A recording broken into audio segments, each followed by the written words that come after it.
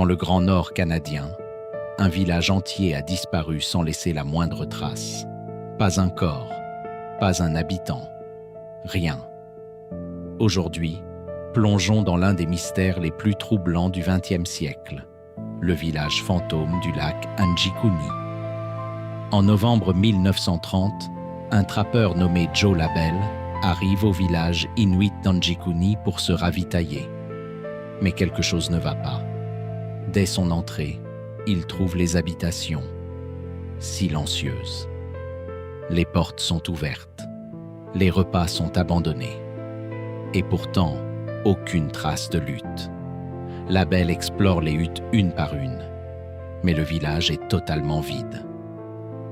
Le plus étrange, c'est que les possessions des habitants sont encore là.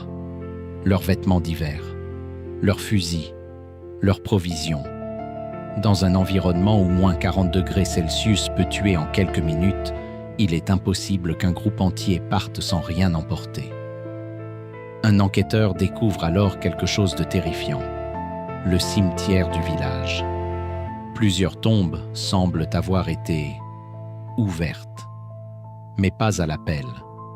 Les pierres tombales sont déplacées comme si une force inconnue avait soulevé la neige et la terre sans laisser de traces.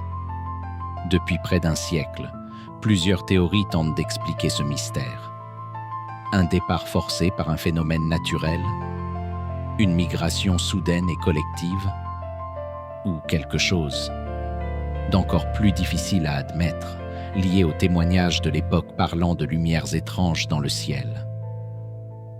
À ce jour, personne n'a réussi à expliquer la disparition du village du lac Anjikuni.